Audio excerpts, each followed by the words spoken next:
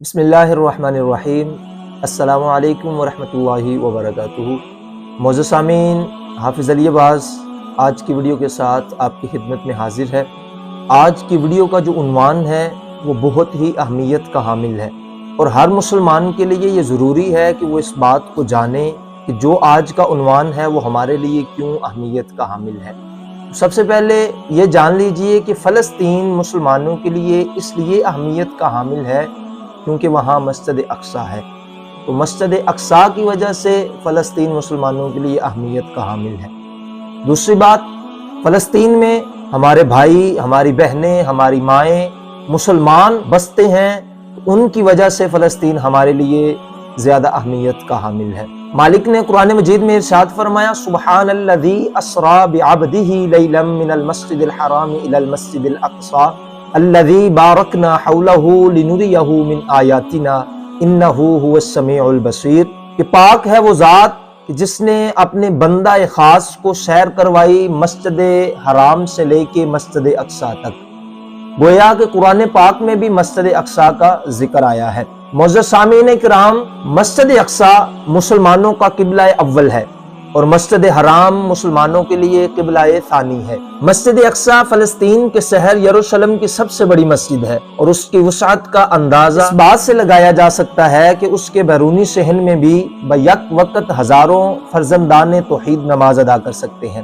مسجد اقصیٰ کو اس اعتبار سے بھی فضیلت حاصل ہے کہ سفر معراج کے موقع پر تمام انبیاء نے اس مسجد میں نبی اکرم صلی اللہ علیہ وآلہ وسلم کی امامت میں نماز ادا کی تھی، اور رسول اللہ صلی اللہ علیہ وآلہ وسلم نے صحابہ کرام کو اس بات کی تلقین کی تھی اور 3 اہم مساجد کی زیارت کرنے کا حکم عطا فرمایا تھا۔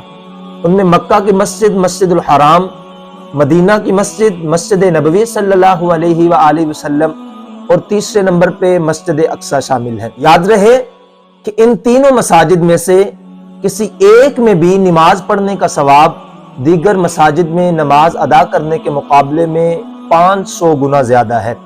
معزز سامعین کرام، احادیث مبارکہ میں بھی مسجد اقصیٰ کی بہت زیادہ فضیلت بیان کی گئی ہے۔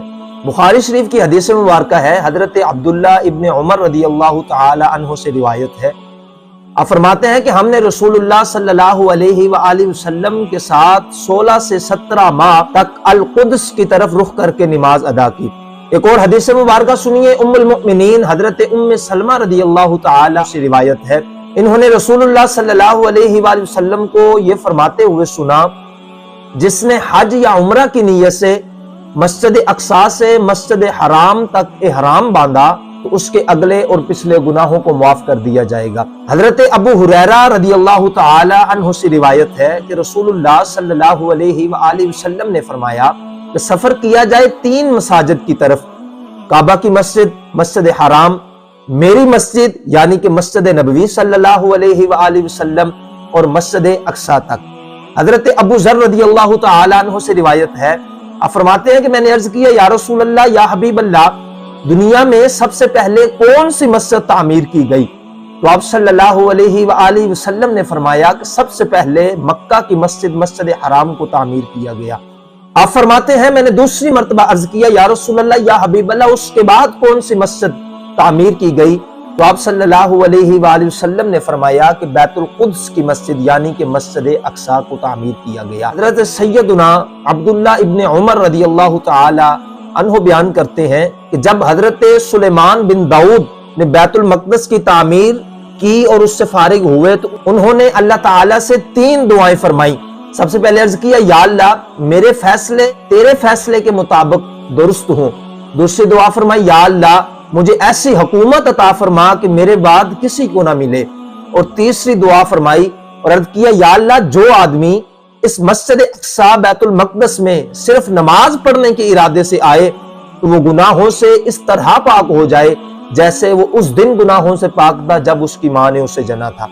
نبی کریم صلی اللہ علیہ وآلہ وسلم نے ارشاد فرمایا کہ اللہ تعالیٰ نے حضرت سلیمان علیہ السلام کی پہلی 2 دعاؤں کو قبول فرما لیا ہے، اور ان کا ذکر قرآن مجید میں موجود ہے، اور مجھے امید ہے کہ ان کی تیسری دعا بھی قبول کر لی گئی ہوگی۔ معزز سامعین کرام، آج ایک مرتبہ پھر اسرائیل کے ہاتھوں فلسطینی مسلمانوں کی نسل کشی اور مسلمانوں کے قبلہ اول بیت المقدس کی بے توقیری کا سلسلہ جاری ہے۔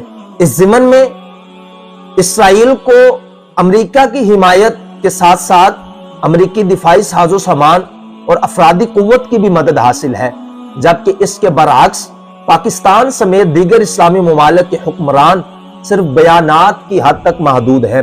ہماری دعا ہے کہ اللہ تعالی ہمارے مظلوم فلسطینی بھائیوں کی مدد اور قبلہ اول مسجد اقصی کو یہودیوں کے چنگل سے آزادی نصیب فرمائے، اور جہاں بھی مسلمان ظلم کی چکی میں پس رہے ہیں اللہ تعالیٰ ان کو فتح نصرت عطا فرمائے۔ انشاءاللہ ملتے ہیں اگلی ویڈیو میں ایک نئے عنوان کے ساتھ، تب تک کے لیے اجازت دیجیے، والسلام۔